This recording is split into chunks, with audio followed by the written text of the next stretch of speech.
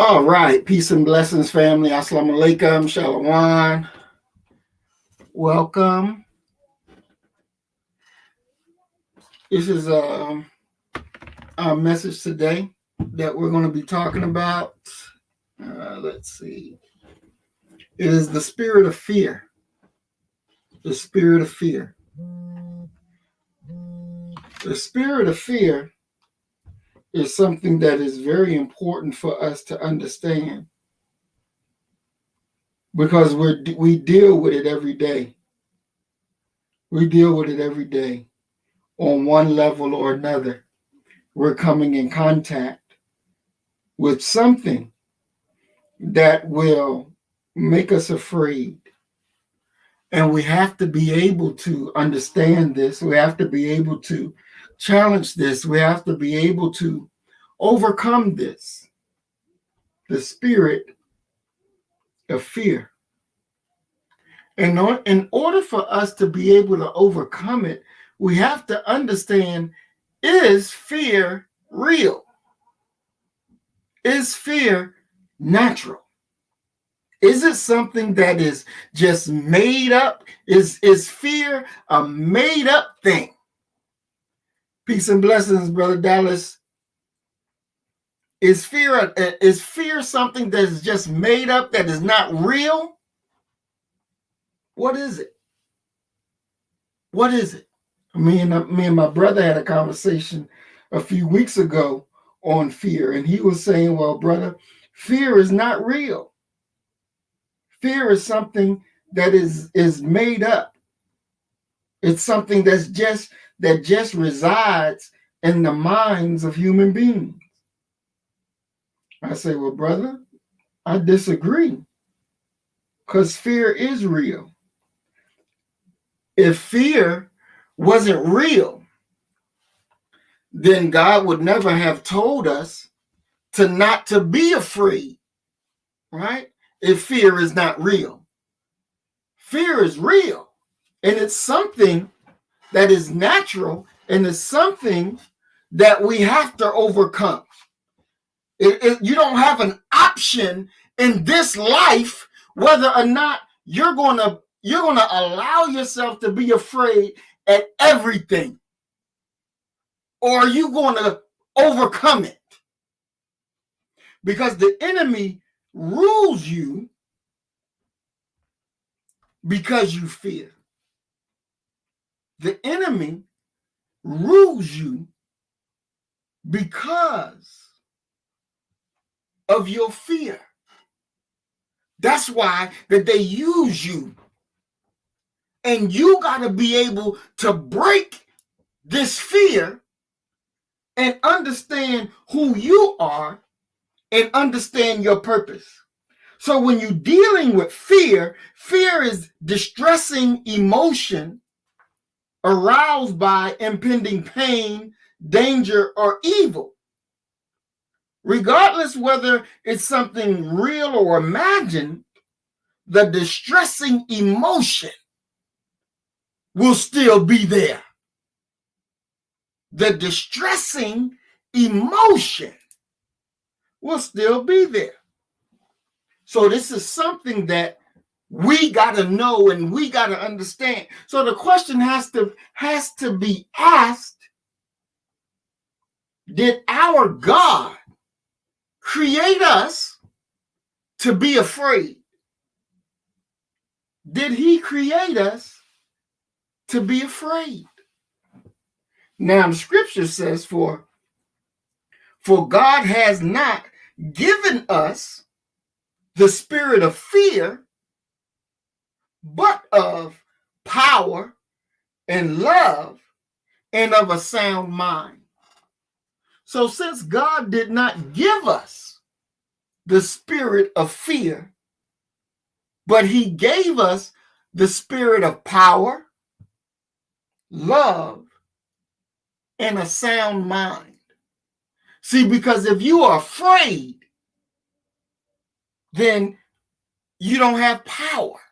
Your power has been taken from you. If you are afraid, then it stops you from enacting or working through the power of love. And if you are afraid, you don't have a sound mind. You don't have a sound mind. See, fear restricts our ability to do whatever we are afraid of, whatever makes us afraid, makes us insecure. And because it makes us insecure, it causes us to bow. It causes us to reflect and say, well, I don't want it. I ain't gonna bother you. I'm gonna just leave it. Right? Because what now has made you afraid, you won't challenge what made you afraid. I asked a few friends of mine, I said, is cowardice a sin? Is cowardice a sin? And because this is something that we got to be able to stop and think about, is cowardice a sin? Is cowardice a transgression against the law of God? Not the law of the cracker. I'm talking about the law of our God that created us. Is cowardice a sin? Because we got to be able to look at it and we got to be able to deal with it. Because we've been floundering in too much cowardice since we've been in contact with this enemy that we're dealing with. When we stop and we think about slavery and we think about our people being on boats and on the water, and it's more of us than it is of them, and you get on top when they finally let you out to get you some of this air, and you out there doing your exercise, and some had the thought to uprise and kill, but there were some who were afraid because they say, they're going to kill us. They're going to kill us. But let me ask you, how many times can you die? How many times can you die? Don't you know freedom ain't free? Allah says in the Quran that slaughter is better than oppression, which means it is better for that you be dead than you allow somebody to oppress you. Think about that. This is the God telling you. It is better to be dead than to let somebody oppress you. See, because when these crackers start putting that Ku Klux Klan outfit on, you know, their costume that they put on, when they first donned that and put it on and walking around, and our people saw it and start running. And so the crackers say, well, wait a minute. These niggas are scared of this uniform? Oh, wow, we gotta level up now. Because they are afraid of this uniform. So let's go and see what else that we can do. See, fear stops you from being the man or the woman that you need to be. And fear will make you bow down and submit to something that you know damn well ain't right. Because fear grabs you. And so this enemy rules you not through intelligence. He don't rule you because he's smarter than you. He don't rule you because he's more industrial than you. He rules through fear. why, and that's how they rule. It is through fear. So they use terror. They use terror. You think about it. When our ancestors were enslaved, and they wanted to make an example, and they got the whip out and they tied you to the barn or to the tree or wherever they tied you to. And they whooped you and whooped you. And you stood around. You didn't have a choice. They made you stand there and watch your brother or your sister get whooped. Why would they do that? Because they're teaching you to fear them. They're teaching you, they're putting fear in you. Why do you think that when the police kill us to this very day, that they leave our bodies dead in the street for hours? For hours, they leave the body there. Children walking by, they see. Grown folk walking by, they see. Young folk walking by, they see. Old folk walking by, and they see. Why? Because the cracker is telling you, you better fear me or I will kill you. That's what they're telling you. You better fear me. Because this is the price if you don't. The tactics don't change. It's the same thing that they were doing times in slavery. Why do you think when they hung us on trees after slavery, they left us there? They didn't ever come and take you down, but they left you there. So all that's walking by would see it and be afraid. Oh, I don't want to say nothing. I don't want to say nothing to Mr. Charlie. Now, I don't want to say nothing to this person. I don't want to say nothing to that person. See, they're giving you the spirit of fear. They've replaced in you. They took out of you the power, the love, the sound mind, and replaced into you a spirit of fear that keeps you so locked in that even till this day, you're afraid. Well, how do we know? How do we know, Brother Muhammad, to this very day, it's still there? Well, the world just watched. One cracker keep his neck, his knee, on the neck of our brother. And all one person had to do is push the cracker and keep running. And George Floyd will be alive right now. See? But fear stops you from being able to be the man and woman that you truly are.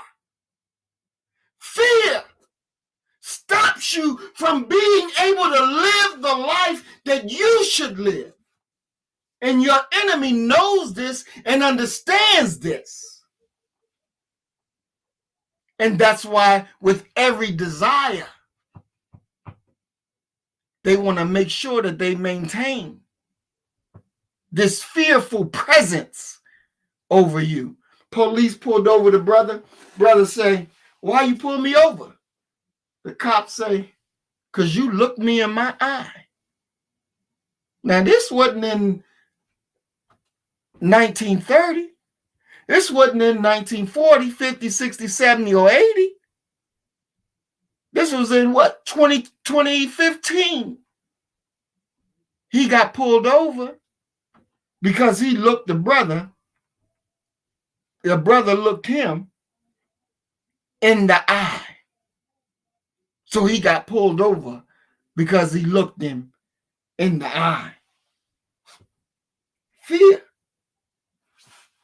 we got to understand that you're not going to be free because you deserve freedom, because you got to realize that the enemy is using you for their progeny and for their blessing at your destruction. So they're not going to let you go because it's the right thing to do. They're not going to let you go and so you could have a good life because they love you or even because they like you. What do we see now? We see right now that they're going around and they're trying to cover their crimes. See, slavery is a crime. When they take away from you everything and wipe your mind clean, that you don't know your culture, you don't know where you're from, you don't know your original language. That's a crime that was committed against you as genocide against you. And it just didn't stop there. They kept going up and up and up in the ante. Don't you understand that this crack cocaine thing, that was genocide practiced on us? There was no accident. They were trying to kill two birds with one stone. They've always been trying to kill us. Always. Always. So they know that the moment that they can make us bow, the moment that they can make us submit, then they know there is no way that we can fulfill the desires that our God has for us. But they know that we will fulfill the desires that the enemy has for us because we have bowed to them. We have submitted to them. And they have become our God. We got to break from that. We got to break from the submission, from the obedience that we give to them, and they're not worthy of our obedience. The only thing that you should fear is the Most High himself. That's it. When you think about it, look, think about this. We were over in what is called Africa,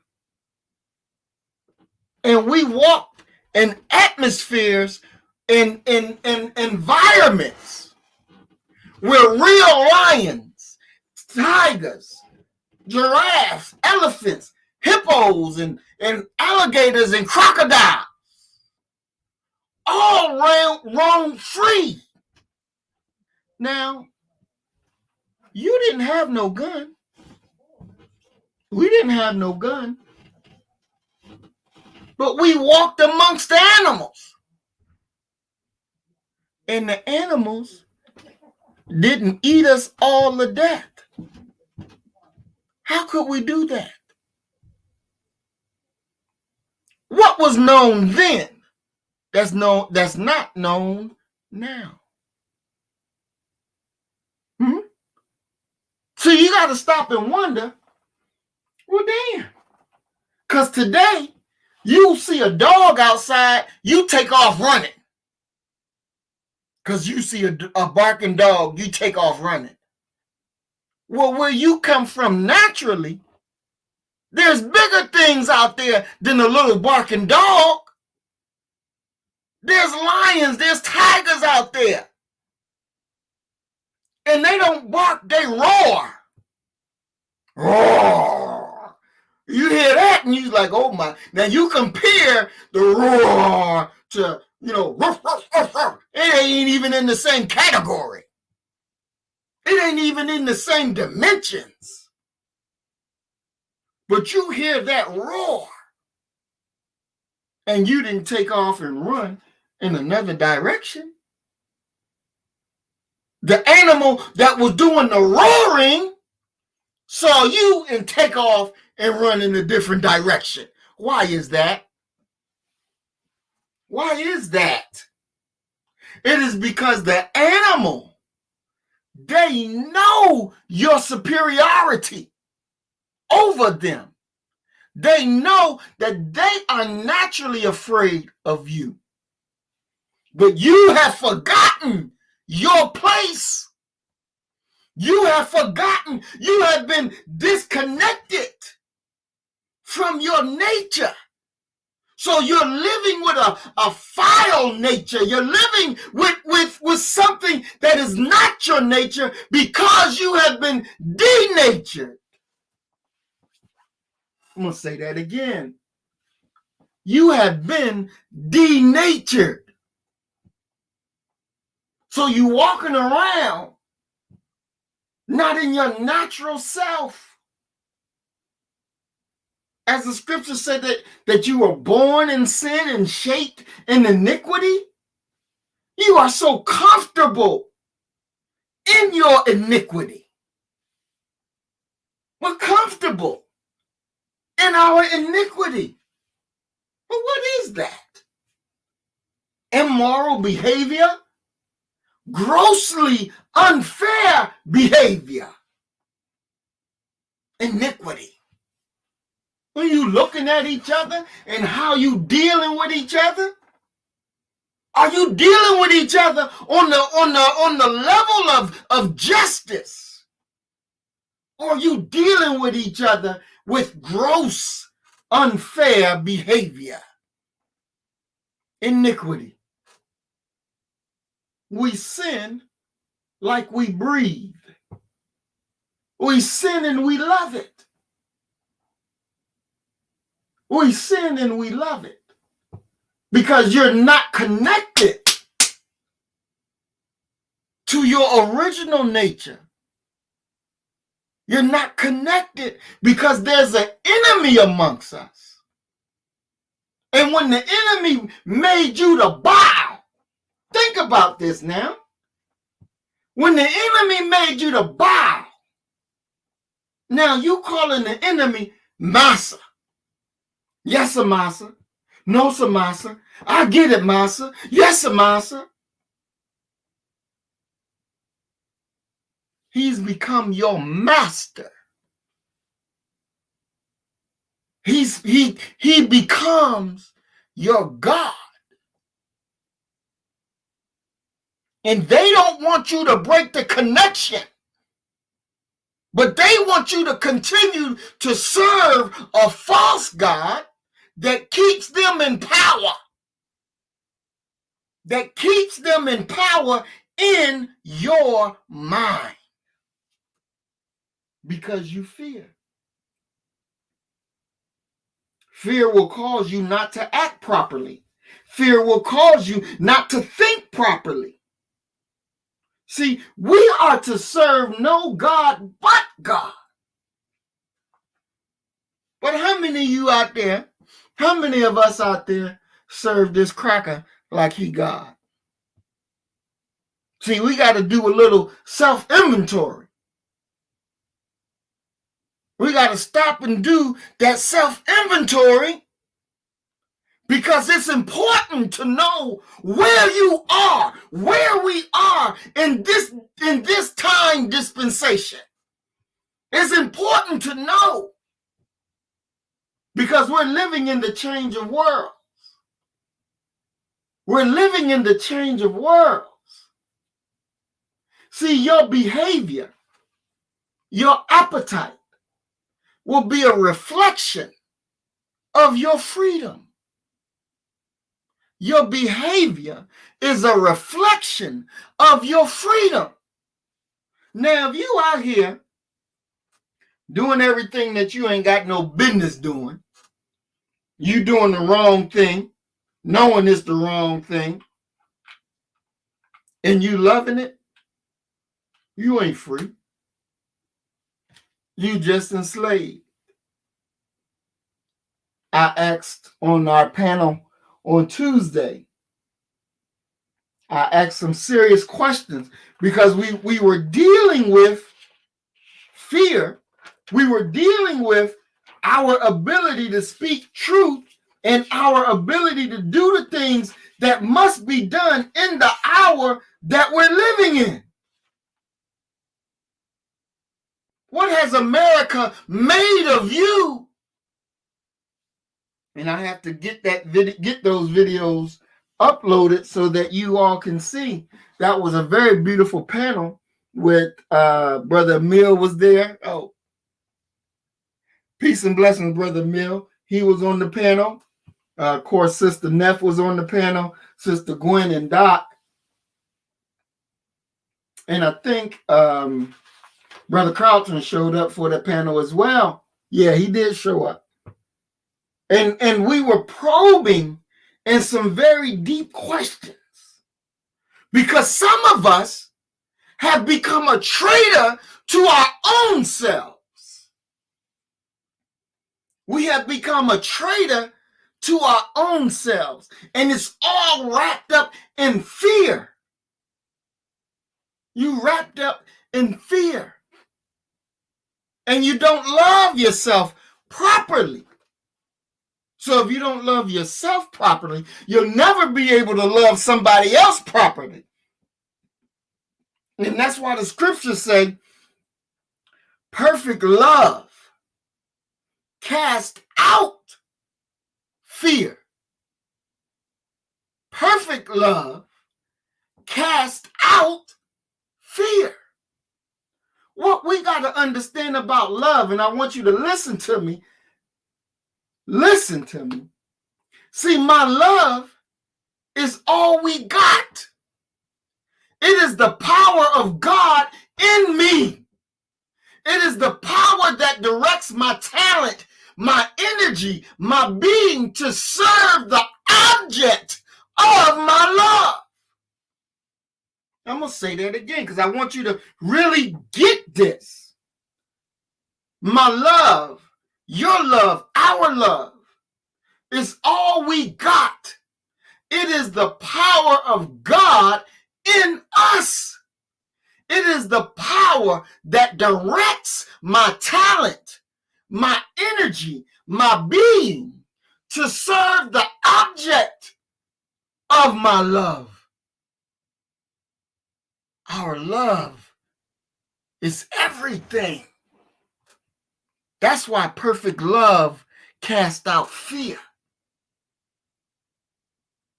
And same way, by that love that we have, you give the wrong person that kind of love and that will destroy you. It can destroy you. And the enemy knows that. And when I was in the nation, or earlier time in the nation, the Supreme Captain said to me one day, he said, dear brother, because we were sitting down in a laborers meeting. He said, brother, don't you know that the enemy will send women in here to attach themselves to you so that you will fall in love with them and take you off your post? Because the enemy look at you and they say, they will measure you. They will follow you and measure you and see, how can we get this person? Well, we can't get him with drugs because he don't do that. We can't get him with breaking laws. He don't do that. We can't get him with being with this woman and that woman or this man and that man. They don't do that. So we got to send someone. Send someone to get next to him. And when Supreme Captain told me that, I was like, wow. Wow. Yes, sir. Yes, sir.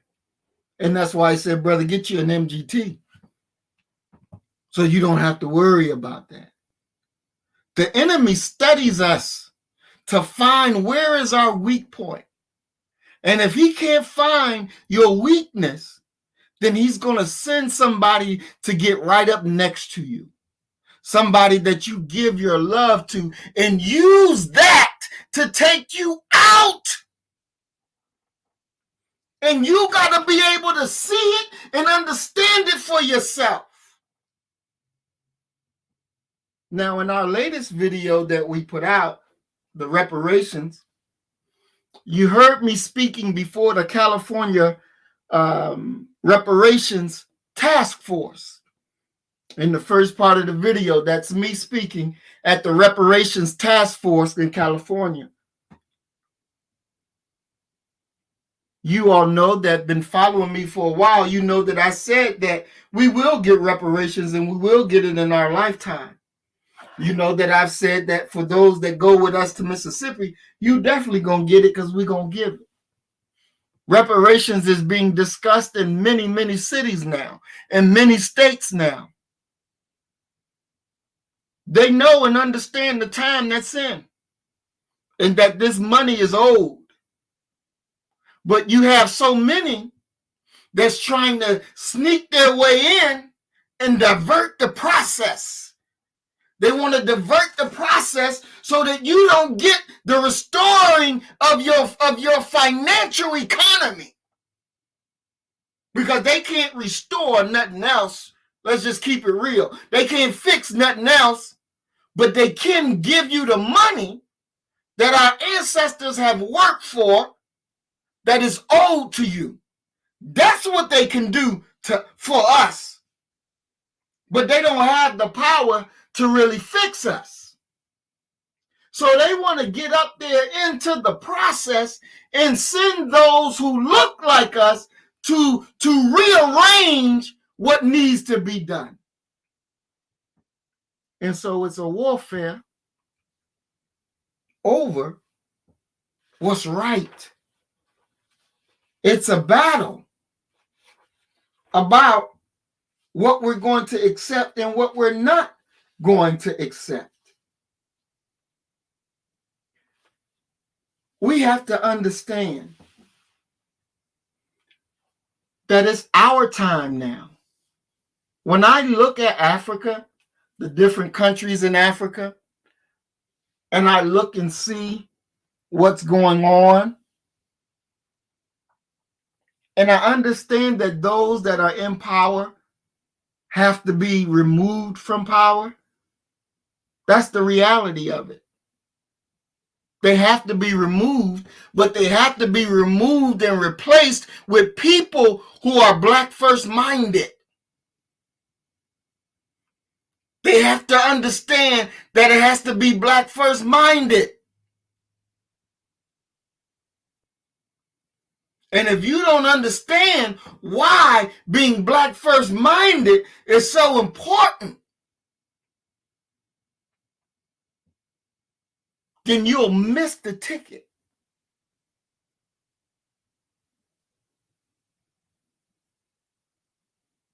Miss Life Lesson said that they'll give us reparations when their money is worth shit. The UK will no longer be accepting notes in autumn.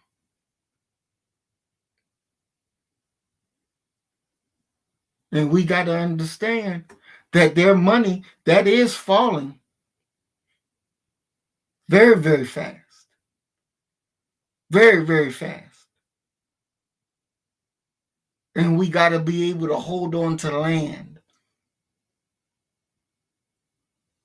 That's why the work that we do in Mississippi is so important. See, when you're not free, when your mind is not set on freedom, you're afraid to think like that. You won't be able to conceive things like that because you're not free. You're not free. Your behavior will be a reflection of your freedom. The enemy knows that we are God's people. and that our God loves us thoroughly. The love of God is the key to the manifestations of who we are. All of us are great because God shares his greatness with us. When you see a brother or a sister that's out there and they singing songs and doing, that's the greatness of God. That's the greatness of his gifts that he shares with us. But there's an even more greater gift underneath the singing, underneath the dancing, underneath the acting. There's a greater gift that you got to spiritually get in connection with. Because we are the rulers, not over just some country or continent. We are the rulers of this world. This whole planet belongs to us. Every square mile of it belongs to us. Every square mile belongs to us. And it is incumbent upon us that we take charge of what is ours. Some may say, well, Brother Muhammad, if you're talking about taking charge of what is ours, then that means that we got to fight. That's right. You expect to get a cracker a moral argument? You expect to talk nice to him and he gonna say, well, okay, you right, you got me, you gave me a good moral argument. And you really think with a good moral argument, they gonna say you right? We got some black people running around talking about, they say, hey, look, the Democratic white man is this, that, the other, blah, blah, blah. So don't get down with the Democratic white man. We got to get down with the Republican white man. And you say, what? What? You want to push that this Republican white man is so much better than the Democratic white man, and that we need to hook our boats to the Republican white man. And it's so sickening. It is so sickening to hear. And when you sit back and you let them drop that out, look at the crowd. Look at the people that's sitting in there. And see what they say next. You be quiet. Because when you speak, everybody else going to shut up.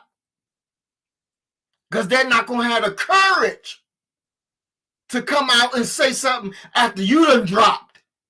So you let them drop. You let them drop and then you watch. And you see. Because you'll be able to pick out who the white man done sent in there in black skin that's telling you to go with the other. Because as Miss Life Lessons say, they're two sides of the same bird. Ain't no different between no Republican white man or no Democratic white man. Both of them, the independent white man, all of them have done the same thing when it comes to us. Have you not noticed the universality of the thinking of these white people when it comes to black people? Have you not noticed the universality of their thoughts when it comes to us?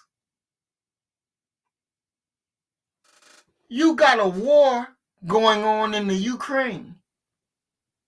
I watched a video where the brother ran into a police station begging for help. And the police was like, get out. He says, if I go out, they're going to kill me. They were saying, still get out. He says, no, because if I go out, they're going to kill me out there. He wasn't running from no Russians. He wasn't running from Russian soldiers. He was running from the Ukrainian people. White people. Now that's a war zone. But their mentality is the same mentality as in Britain. It's the same mentality as in America. It's the same mentality as in Australia, is in France, is in Switzerland.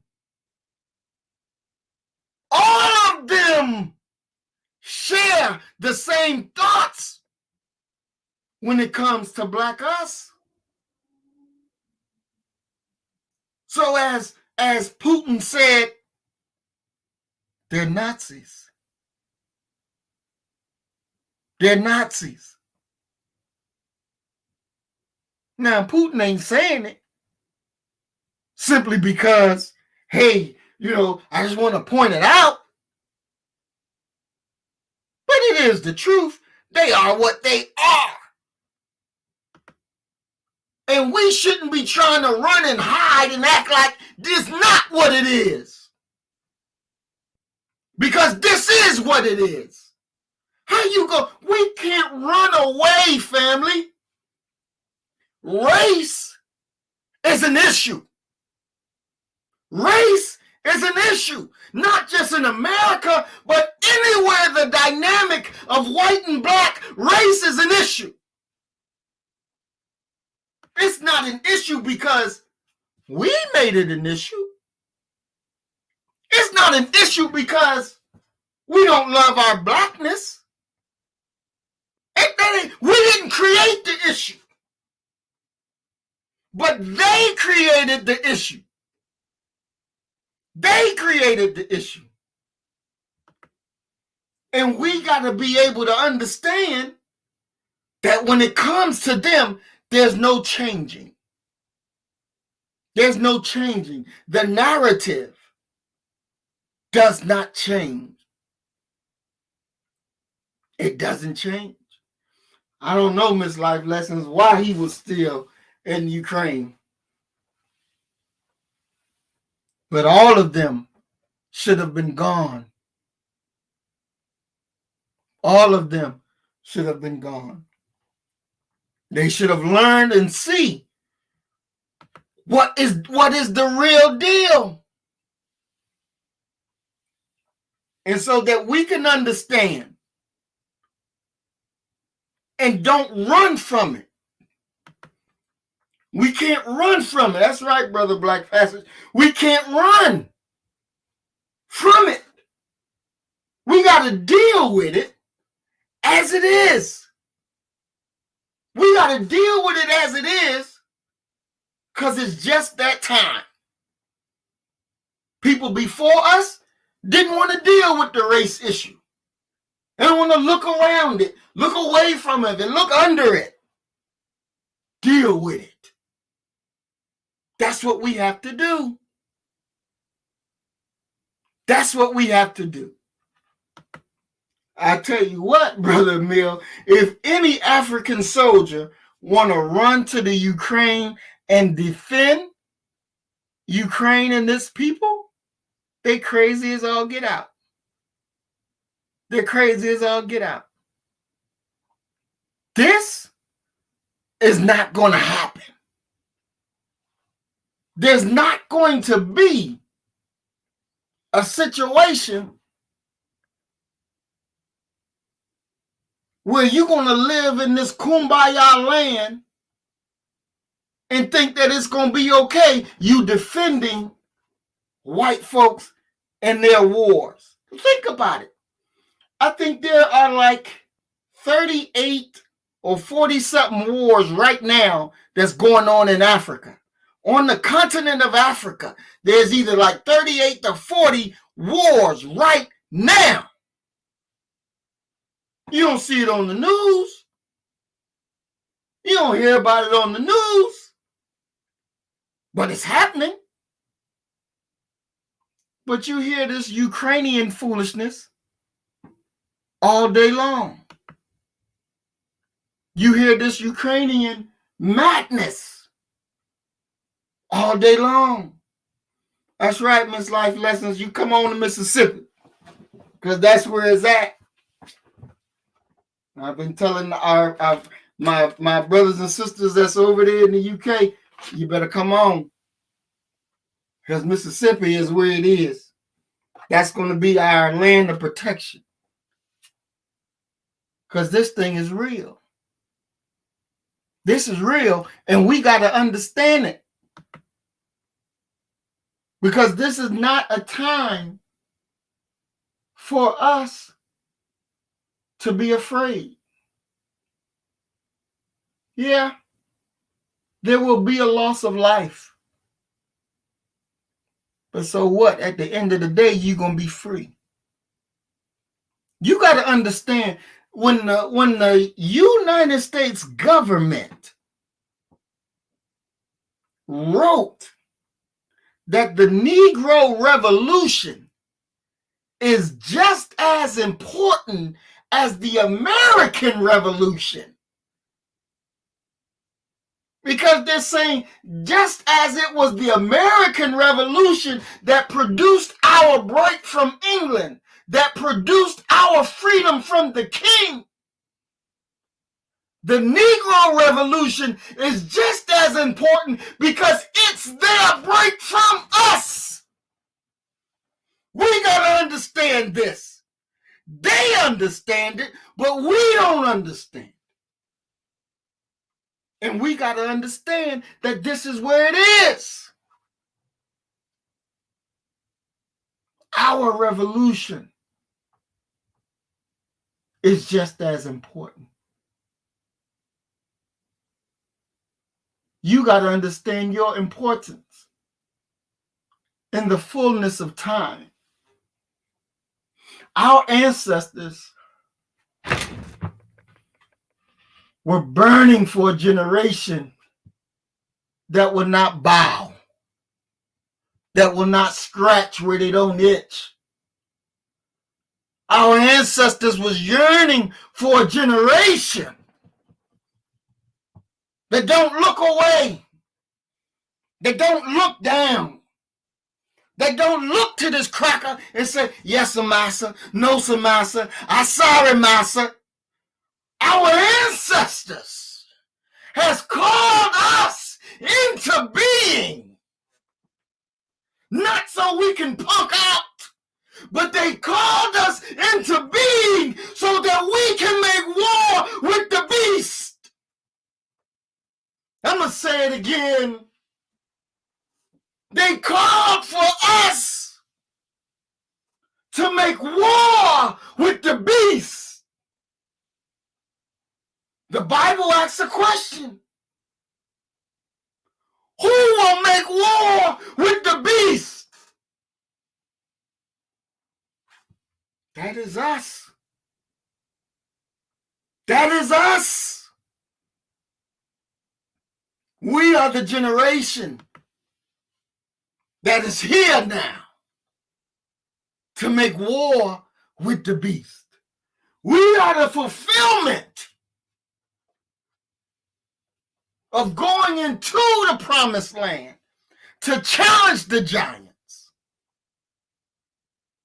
I asked our panel on Tuesday, I said, do you see yourself pushing the Fords, the Rockefellers, the DuPonts into a lake of fire? I asked the panel this. Brother Mill said, yes, sir, I do see myself pushing them into a lake of fire. Y'all gonna have to watch the video when I put it out there, because this was a powerful panel discussion. And all of them understand their role to push them into a lake of fire. Why the DuPonts? Why the Rockefellers? Why the Vanderbilts? Who are these people? For the first thing, they're not people. They're not human.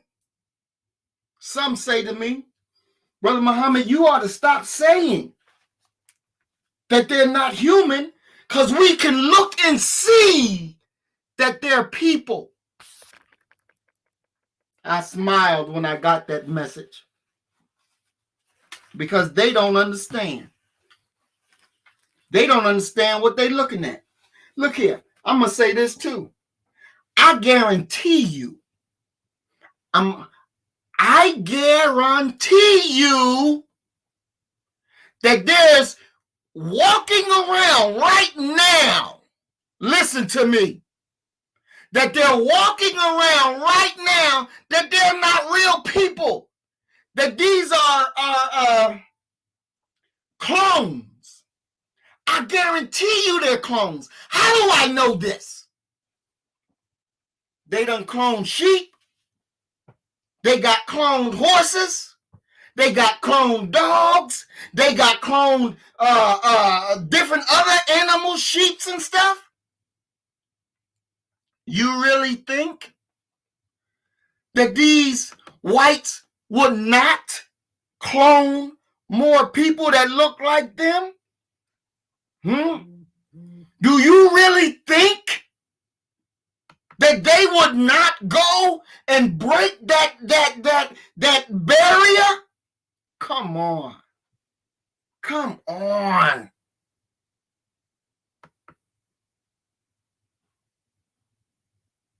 They're not human. They lack humanity. That's the reality. That's the reality. And even though it may sound crazy to your ears, because one person said, Brother Muhammad, you are a very intelligent man, but when you start saying that they are not human, it makes it like, you done lost me there, because I can see that they are human. I can see with my own eyes. But you don't see with your own eyes. That's the problem. You don't see. See, you don't see with your physical eyes alone. You see by the light of knowledge. You see by the light of knowledge in your head, in your mind. You can get in the car. I'll give you an example. If you don't know how to drive, and somebody give you a key and put you in the car and say, okay, here you go, drive. You don't know what to do with the key. You don't know where to put the key. You don't know nothing. So you see it with your physical eye. You see it, but you don't know where it is. You don't know what to do with it. So you don't see, because you don't have the knowledge of what it is and what its purpose. So you are blind, even though your physical eye is looking at the instruments, your mental eye is closed because you don't have the knowledge of what it is that you're looking for. You don't just see by the physical eye. You see by the light of knowledge. And this is something that you got to be able to understand. So when you're looking at them and you think you're looking at a human, you think you're looking at humanity. But the reality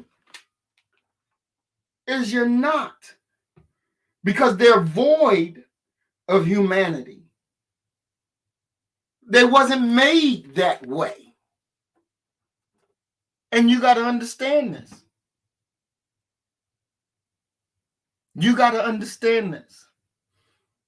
Ms. Life Lesson says the devil deceived the whole world. The biggest deception was that we are all human.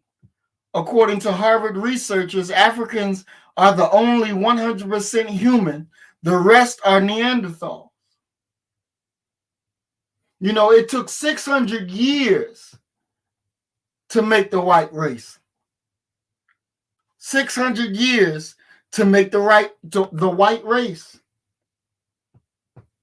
It takes time. It takes real time. And you got to understand this because you got to grow. Black Passion says, lack of understanding with no moral compass, absent of truth and void of humanity. So you got to understand that we have to struggle. We got to struggle with ourselves to overcome, to get this niggardliness out of us. Get this fear out of us. Remove it from us because it is killing us. And it made us other than ourselves.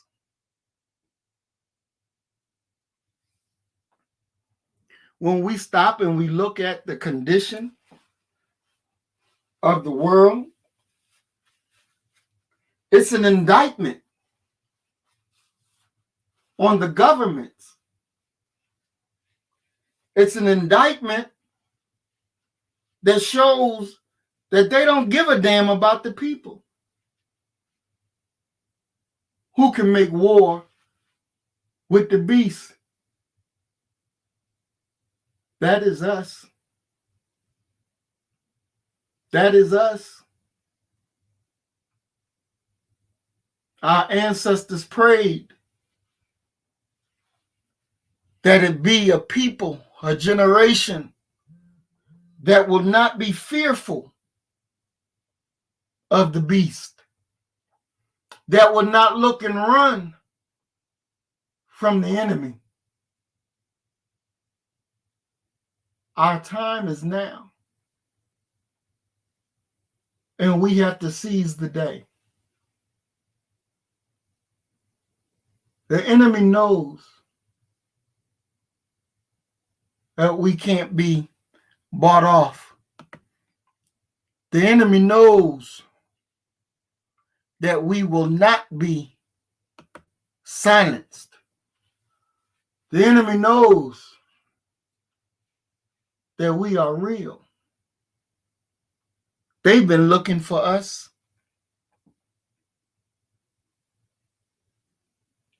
And one of the reports has said that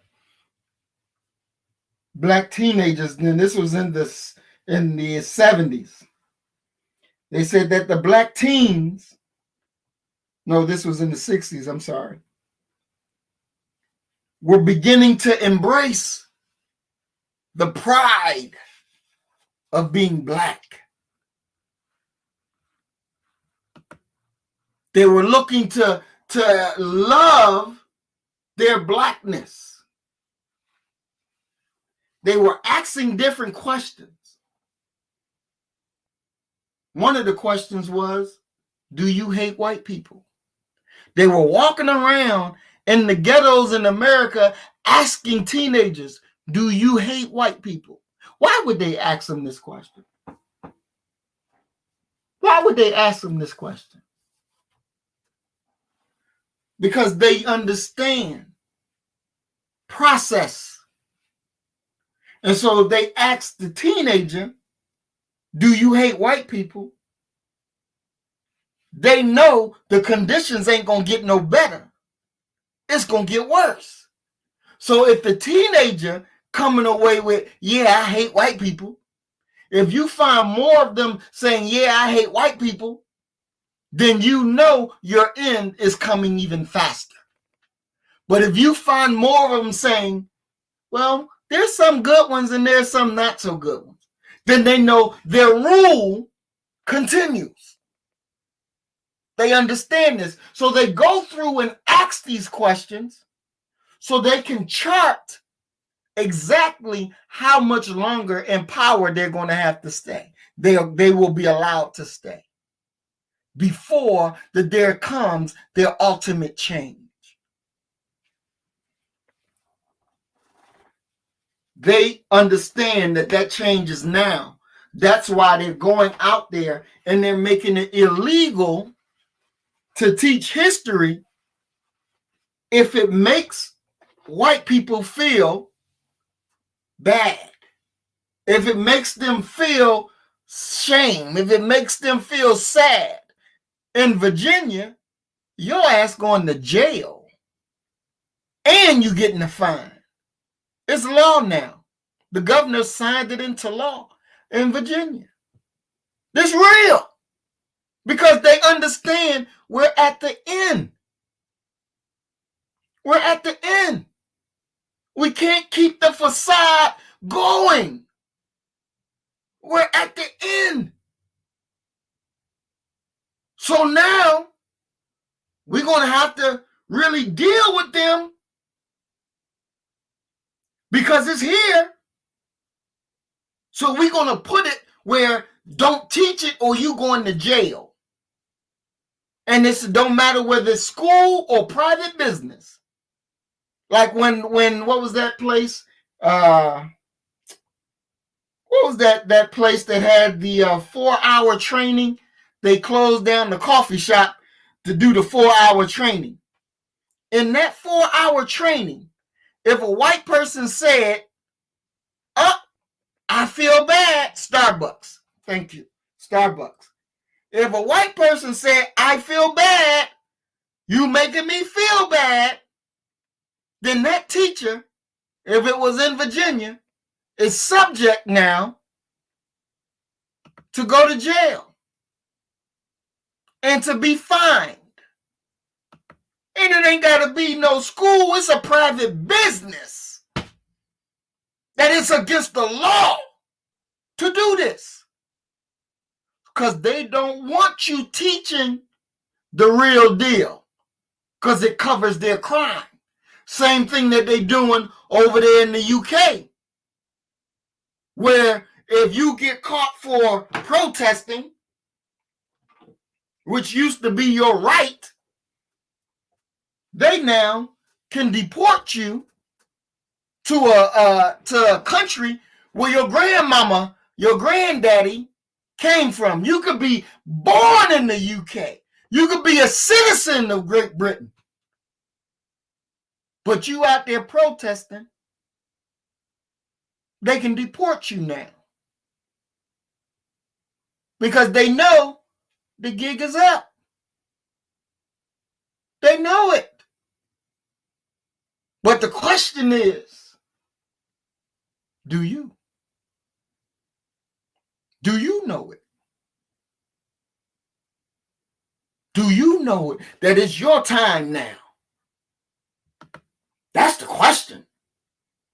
Because now your behavior has to coincide with the time.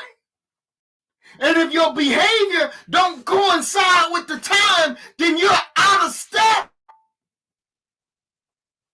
with the time, which will cause you to be doing something in the wrong space at the wrong time that may cost you your life. And this is what we got to understand and know. This is it. We got to understand it. What they say when the Royals went to Jamaica, because over there, I think Jamaica is Jamaica is a Commonwealth of the UK, I believe. Jamaica is a Commonwealth.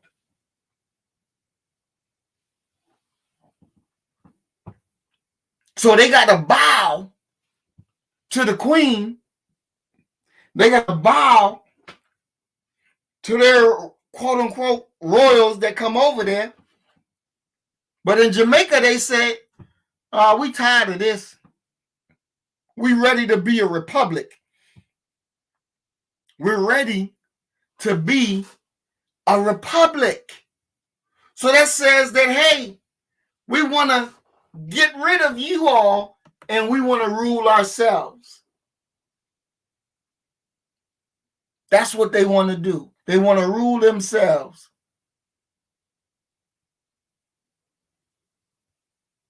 Exactly, Miss Life Lessons. This whole gender thing is to confuse the cosmos, but it ain't going to work. It sure ain't. It ain't going to work. Because look here. We will stay on point. We will stay on target because that's who we are and that's what we are about. And it ain't no changing in that game. There's no diverting. And we got to understand this, got to know this. We have to break this comfortability that we have in this iniquity, grossly unfair behavior. We have to understand that this so-called race, as the scriptures say, is not to the swift, nor to the strong, but to those who can endure. Endure what? Endure the process of change. Because you're going to go stage by stage until you meet your eventual perfection. It is through the process of learning more about yourself and adapting into your true nature.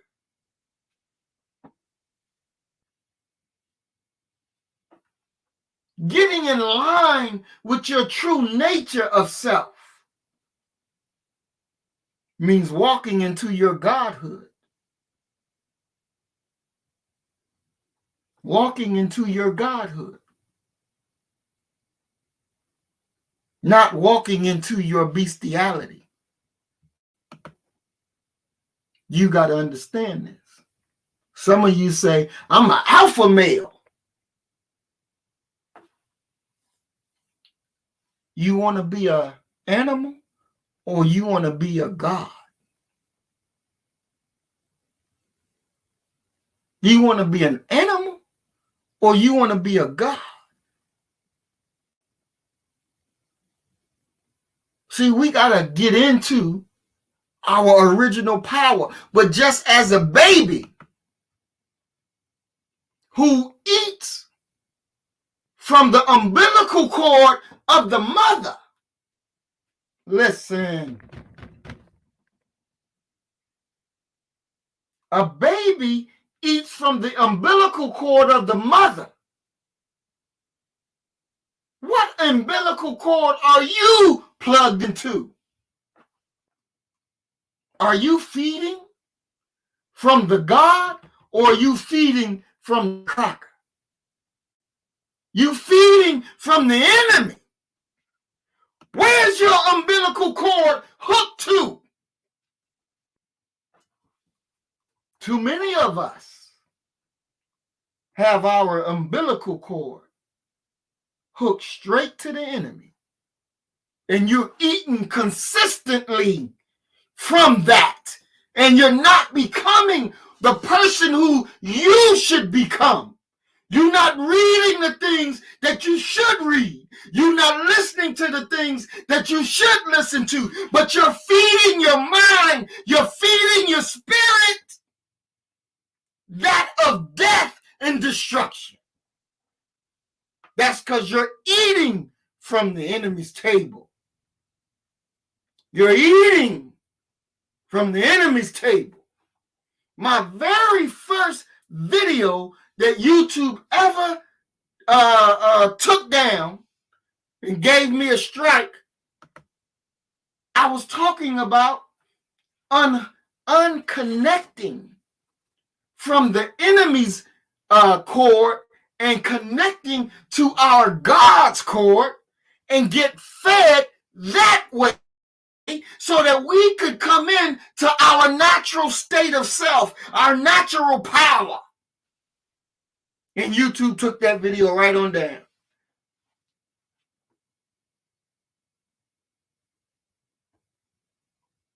because you were getting real truth.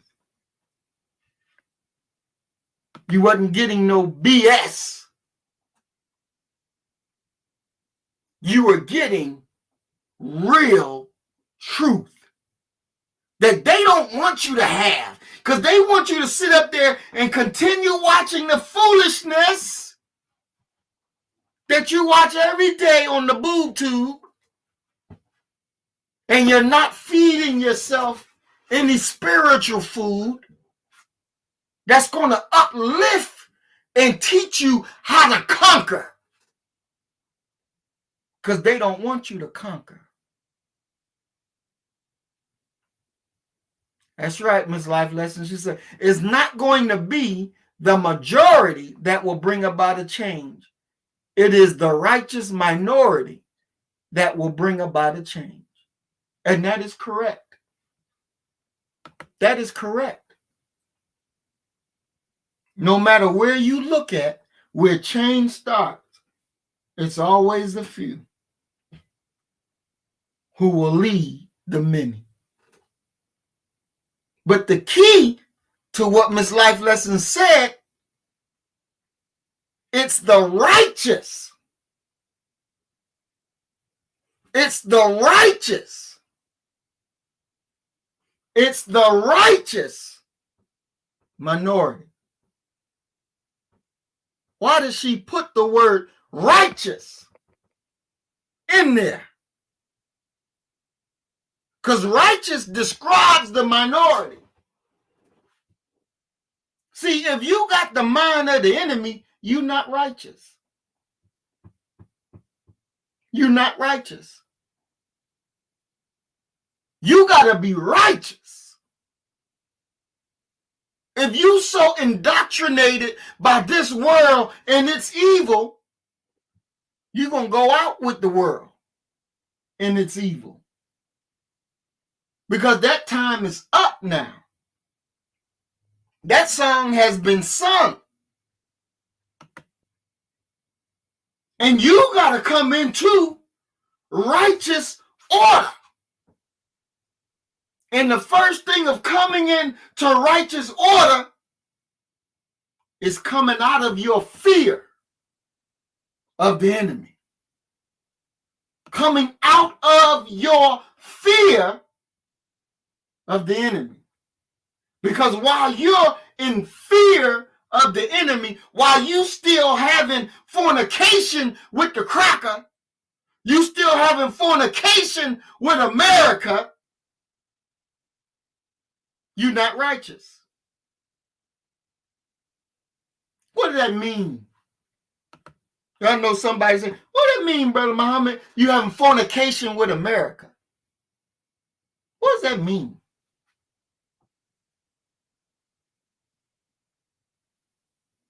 When you having fornication with America, because America is that mystery Babylon that the Bible talks about.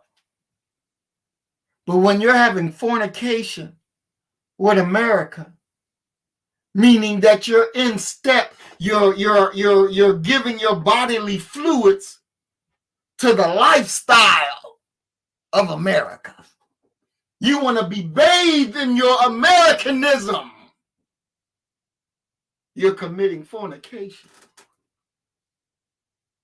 with America. And you have to stop. You have to stop. See, in America, they tell you it's okay to be a faggot. It's okay.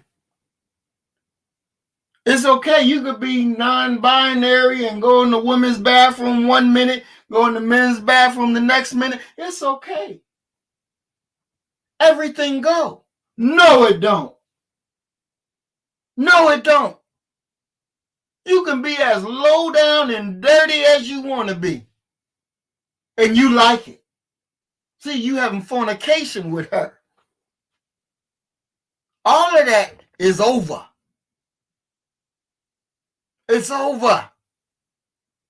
And you got to come out of her. You got to stop having your licentious parties, and you got to come out of the mind of the enemy and into the mind of our God. You have to become righteous. You got to get rid of your grossly unfair behavior. You got to come out of that iniquitous way of life. You got to come out of it.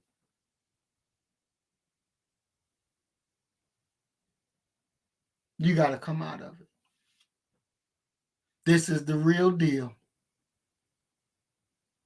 This is where we are. And this is where we going. I didn't know when I was in Nashville and I was telling you, look here, I'm going to lead you into war. I didn't know how big the battlefield was actually going to be.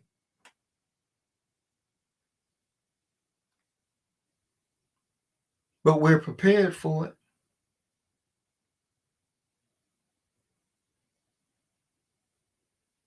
Black Pastor said, and no, the only divine intervention we will receive is recognizing our own divinity and acting upon that very power in essence, so you can take up a stance of power and exact perfect righteousness. Perfect righteousness. So he ain't talking about no slip short righteousness. Perfect righteousness. You don't be getting all nervous. Oh, we can't be perfect. Bullshit. We can be. We can be. We can. See, you got to hate this world so much that you don't come to be conformed to this world. Perfect righteousness.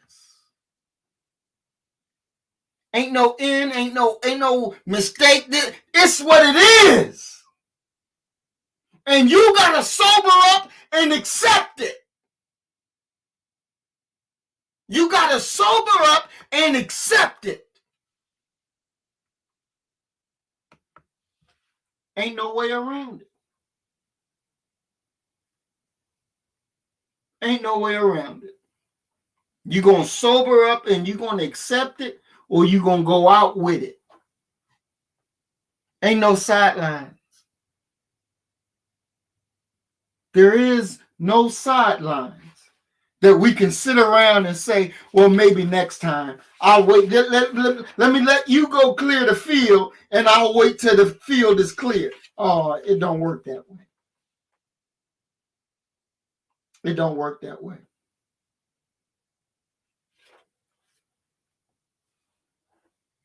You got to understand that you got to overcome, you have to conquer that fear. You got to conquer it. You got to overcome it. You got to destroy it. And when you destroy it, you become a new person.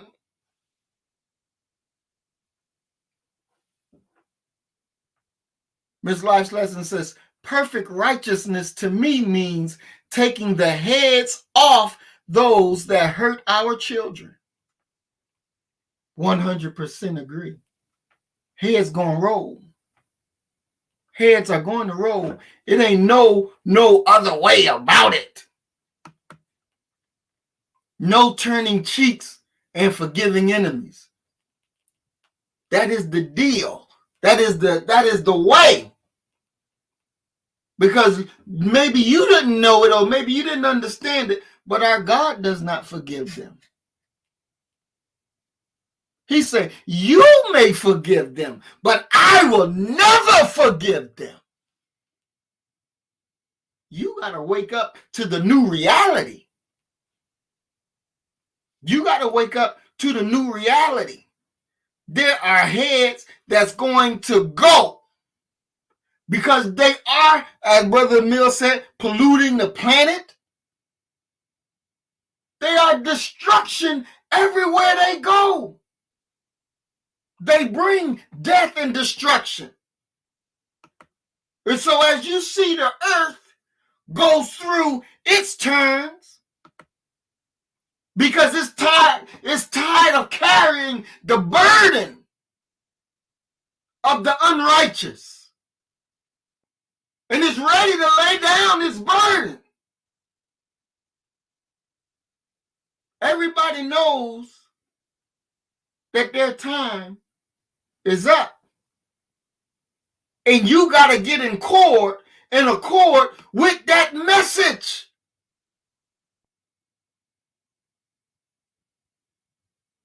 And that's right, Black Passage. Black Passage says, all the forgiveness is why we are still in this cursed predicament. And that's so very true. That's so very true. Because you keep forgiving and they don't change. You forgive them and they don't even ask for forgiveness. And they're not going to change. Now, I have forgiven Black people that never even asked for any forgiveness. They don't even recognize that what they have done is all wrong. They don't recognize it. They don't even give a damn. But this is why evil continues to go. You have given your power. You have given your love to an entity that don't deserve your love. And in your weakness, you haven't been properly able to deal with them. And that's your problem. That's why we're in this cursed predicament. Because forgiveness. Our God says, I will never forgive them. We better understand. We have to challenge when we are made afraid. You can't just lay down. You can't just punk out. You got to challenge that which has made you afraid.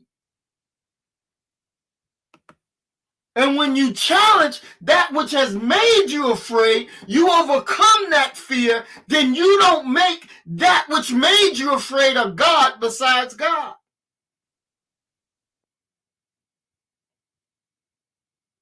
You got to be able to understand that there is no God but him. So I should not bow to any.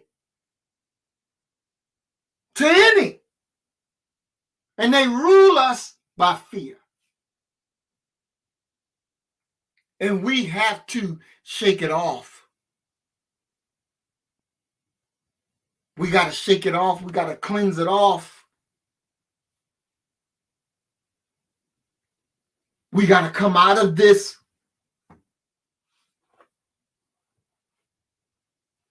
We succumb to fear.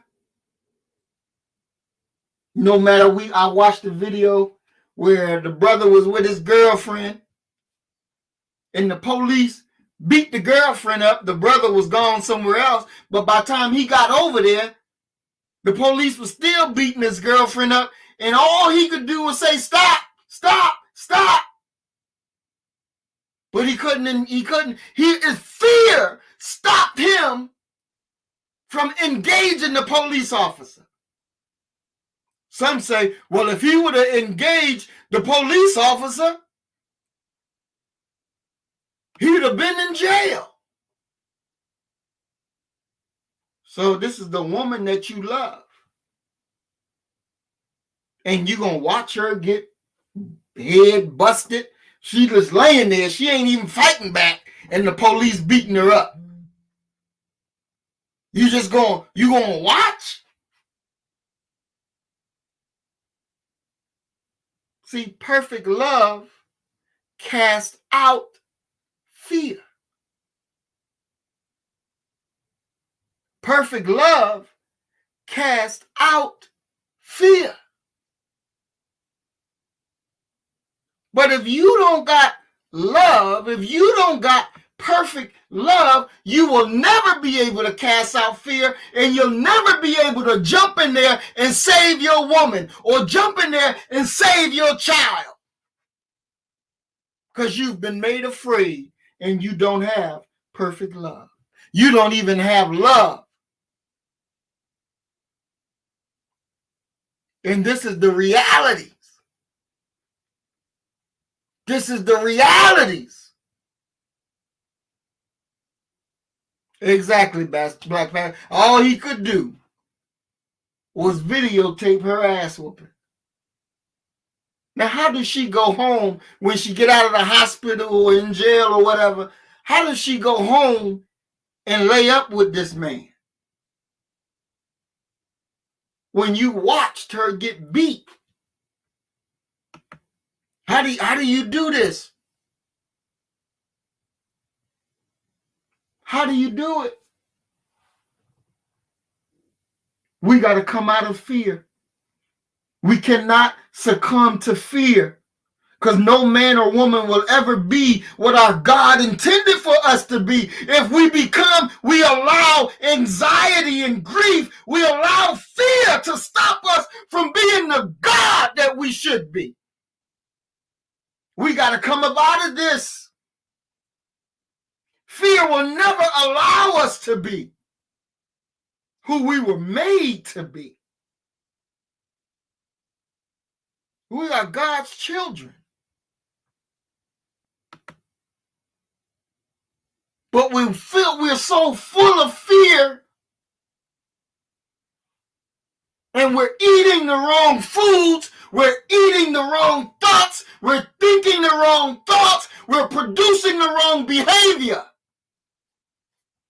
because of fear. Because of fear.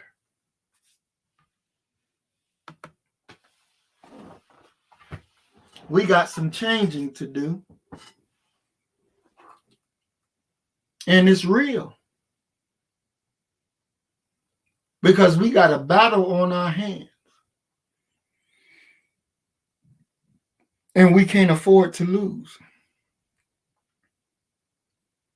We can't afford to act like it don't exist.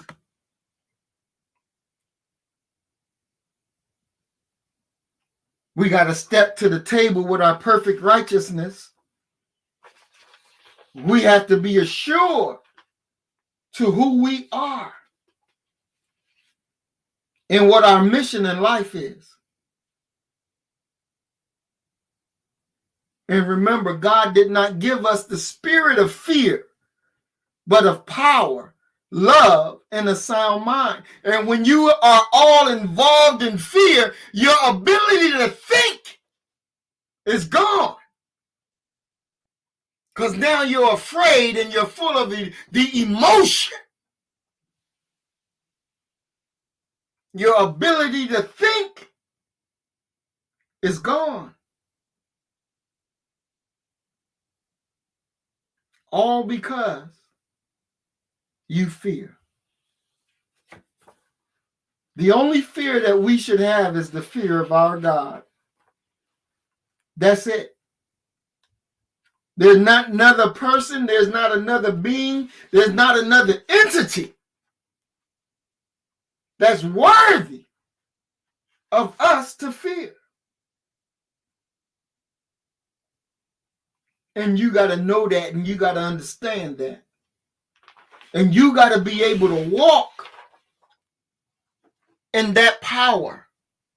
See, when I learned in the military that I should not fear the enemy, the cracker, and I understood that just by saying the word no, I can go to federal jail. That's federal jail time. That's a felony offense for just saying no. And I had to overcome that fear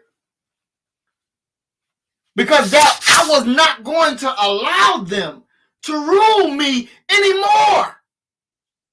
So I told them, you ain't got no authority over me. You ain't got no authority over me. That's it. You are not my God. I don't look to you as master. Yes, master. I'm going to do this, master. I'm going to do that, master. No, you ain't my master. Our God, my God, is my only master. And we got to understand that.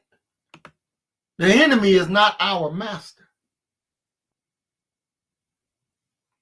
We got to understand that evil has a purpose. Evil does have a purpose. And see, when you come in contact with your righteousness, your perfect righteousness, you will have a perfect hatred for evil, a perfect hatred for the evildoers, and you will execute judgment. You will execute judgment. Some people say, oh, you shouldn't judge. You shouldn't judge. You judge every day. You judge things every day. Well, you going to watch this or you going to watch that. You going to wear this. You going to wear that. Well, I don't like what he said. I don't like what... You make judgments all day long. But why you don't want to judge somebody's wicked behavior? Because you want to get close to them. You want to be blessed by them. So you want to say, don't judge. See, because there's something in you that you love from them. What do you want? See, the cracker will come to you and say, well, what do you want? What can I give you?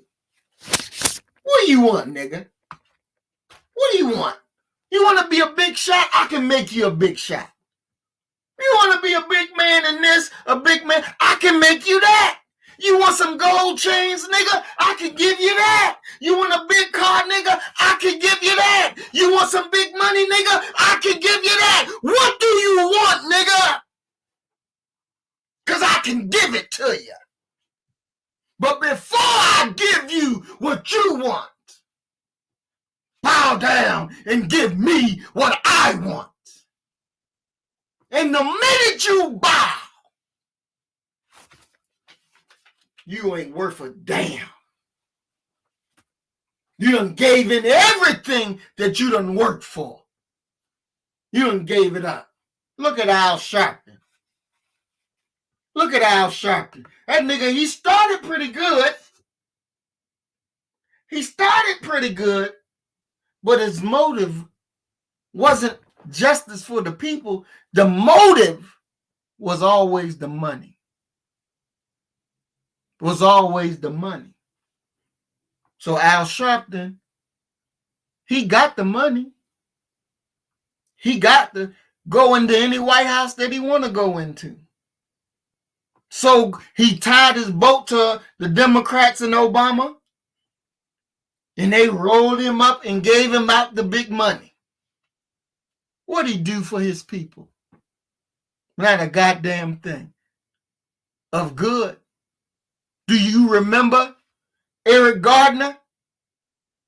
Do you remember Eric Gardner, who was killed by the police in New York over cigarettes, loose cigarettes? Now, you heard his wife saying, I will never forgive him. I don't want no apology. You remember her saying that, right? Then guess what happened on Meet the Press when Al Sharpton is sitting right there? What'd she say about her husband on national TV? Oh, he was lazy. What? He was lazy? Why you dissing your husband on not just national TV, but this going around international? that you feeding into the line that the nigga out there selling loose cigarettes, being a criminal, and you come on this TV platform saying he lazy. And Al Sharpton just sitting there looking away like he didn't know she was going to say that. But you compromise. Like Black Passage says, you compromise your soul for the BS. She compromised. And degraded her husband in front of the world for $1? For $1. When the world crying out, oh, it was wrong what was done to him, and that nigga Al Sharpton get up there to you, and that fire that you had just a few days ago, it's all gone. No more, I will never forgive him. No more, I don't want his apology. Now you slamming your husband. Now you helping them kill your husband. For what? For $1? You compromise for $1? Don't say this. Don't say that. That nigga was on Bill O'Reilly program one day, and Bill O'Reilly was getting on him, and he said, Bill, what's the deal, man? Me and you are friends. We go to dinner all the time. What's the deal? Why you being like this on me? I sat there, I said, that's interesting. If you and him are friends, and Bill O'Reilly is not a friend to black people, but you are his friend, what does that say about you? What does that say about you? See, we got to be listening, thinking, and understanding. If you and Bill O'Reilly are friends and Bill O'Reilly don't like black people, then you must don't like black people, because there's no damn way that y'all two can be friends. But because you compromise your soul, that's why y'all are friends. And that's why you in the nice suits and the nice cars and all of this, your TV program. Because you compromised. You're compromised. But we can't be compromised. Adolf Hitler said, when it was 7, when they only had 7 people, they had 2 rules. One was that their Nazi party would be the leading, would lead their country. And the second was they were not going to compromise. That were their 2 rules. And look what they did. Look what they did. They rebuilt Germany and began to challenge the world. And next thing you know, the world is in another world war with the same goddamn country all over again. You go fight in white people's wars. You go cry for white people in their wars. Cry for Ukraine. Be in unity with Ukraine. What has Ukraine ever done for you? What has Ukraine ever cried for you? Ukraine ever cared for you? You better wake up and understand the power of your love. It is the power that directs your talents, your energy, your being to serve the object of your love. That's why it says in the Bible to serve God with all your heart, mind, and soul, to love him that way. and to love your neighbor that way. And he didn't say your neighbor is John that lived next door. He didn't say that. But evil has a purpose. And you should understand its purpose and understand how your perfect love, your perfect righteousness. We have to study God's pattern, the pattern of life, the struggle of life. There's struggle in every life. There's no life that comes without struggle. Life starts with pleasure. Life starts with it feeling good. The act of procreation is pleasurable. Feels great. Then the struggle comes when it's time to push that baby out. It's part of life. We got to be able to sacrifice. The Honorable Elijah Muhammad said, some of you want my place, but you don't want to pay my price. I don't want you to think that there's not a price that we gonna have to pay to do the work that we do, to go where we gonna go. There's a price that we're gonna have to pay. You may lose some loved ones because they don't like the stance that you made. Your feelings may get hurt because your wife no longer wants to be there. Your husband no longer wants to be there.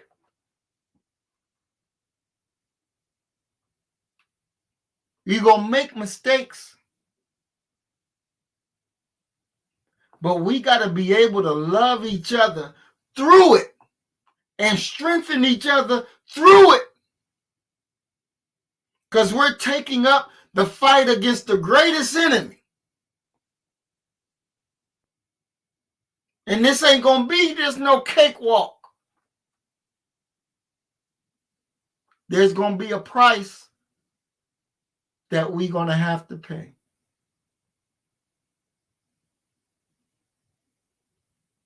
You want greatness,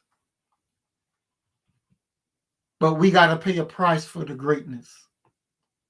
Greatness comes with sacrifice.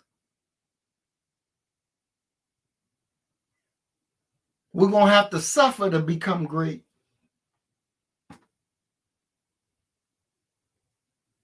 You got to know why you are here.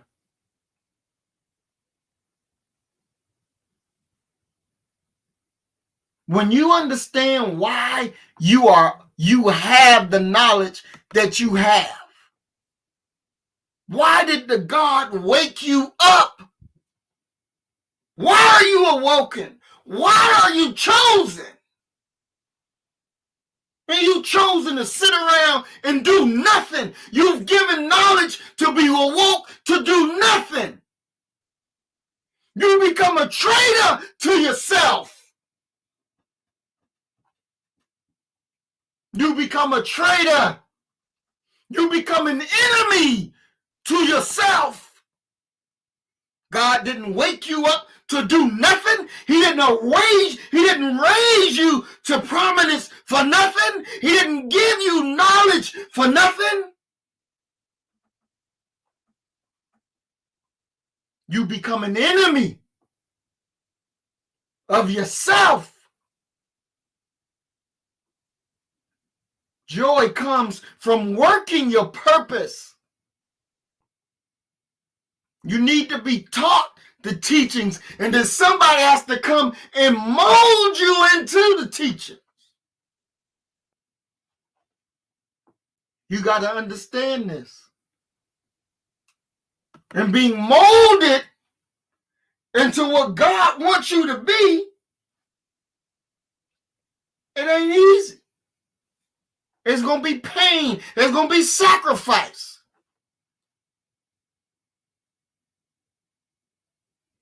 The road to greatness starts with sacrifice. The road to victory starts with pain.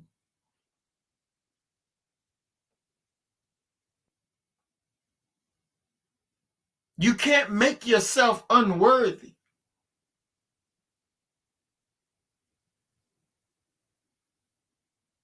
You can't make yourself unworthy. Don't abort the process on the road to freedom because it became too rough, because it got too heavy. Don't abort the process on the road to greatness because it became too difficult.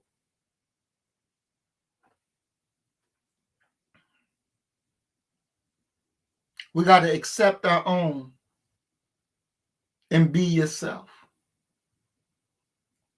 You got to discover the gifts that God put in you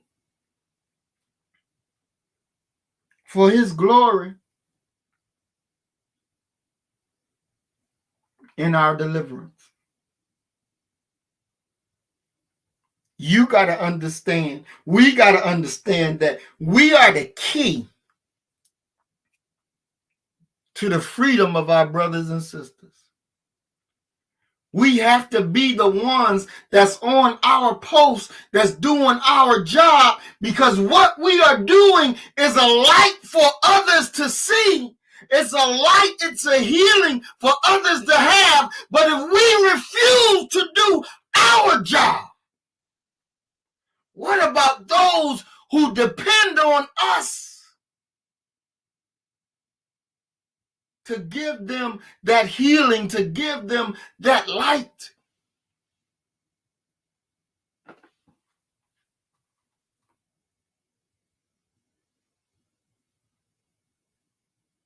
We got to understand what it is that we have to do. And we have to overcome fear, because we're not meant to be afraid.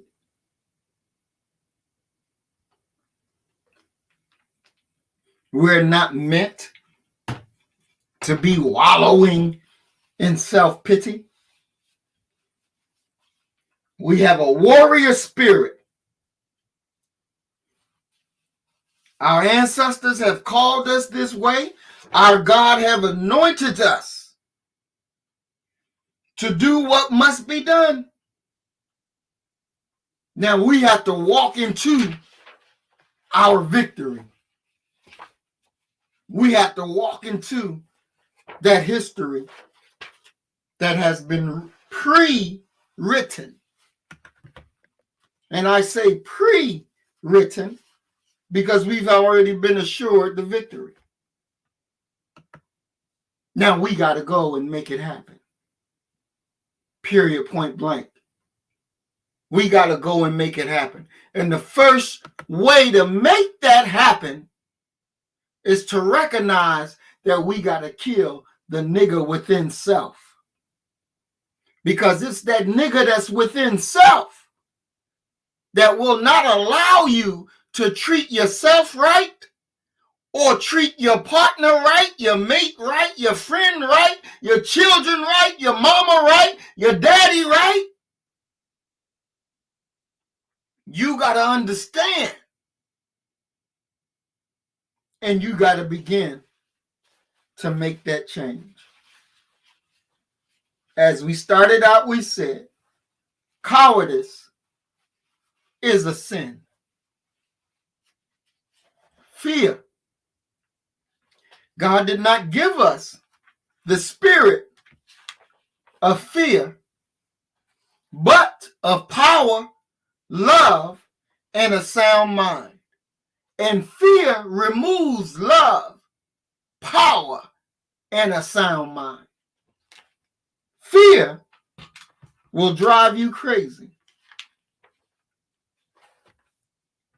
Fear will not allow you to be who you should be. Your behavior is a reflection of your freedom. When all you see is black talking about black, where is the freedom? What about the enemy? Where's your freedom? We got to make it now. We got to take it now. You got to take charge of your post and walk your post in a perfect manner. Not in no slip short manner, but in a perfect manner. This is what we have to do. Ms. Life Session says, fear is false evidence appearing real. It's like they say, they call it white supremacy. First of all, they not supreme on nothing. They not supreme. That's a lie. That's a lie. They use violence to subdue you and to make you afraid and then tell you, do this, that, and the other thing, and you go do it. And they sit back and they like, damn, you see that? I told that nigga to do A, B, C, or D, and they did it. And I didn't even have to take out my gun. I didn't even have to do this. I didn't even have to do. I just said it. Y'all remember that Asian police officer? He controlled the crowd, not with his gun out. Not with his gun out. He controlled the crowd with his mouth. Very calmly. He didn't even have to raise his voice. Very calmly, he controlled them. And they watched George Floyd die. He controlled them with his mouth because they were fearful of him. See that? You got to come out of that. Because when you lose fear of that, when you come out of that, oh boy, you would have been whooping his ass. George Floyd would still be alive today if you came up out of that fear. Because all them police would have got their ass whooped that day if you didn't have no fear. All of them would have paid the price for taking a black life that day. We got a rendezvous with destiny. And you can't run from it. It's going to meet you. That day of decision is coming. It's going to meet you. Don't run from the day of decision. Meet it head on. Overcome it. Subdue it. Because you are the real power. You are the real source. You are the real love. You are the real human. As we always say, family, you kill the nigga in you, I'm going to kill the nigga in me, and our God will reign supreme. We are Black First. Today, tomorrow, and forever. I love you, family. Peace and blessings. Assalamu alaikum. Shalom. Thank you for joining me. Thank you for spending this past 2 hours with your brother.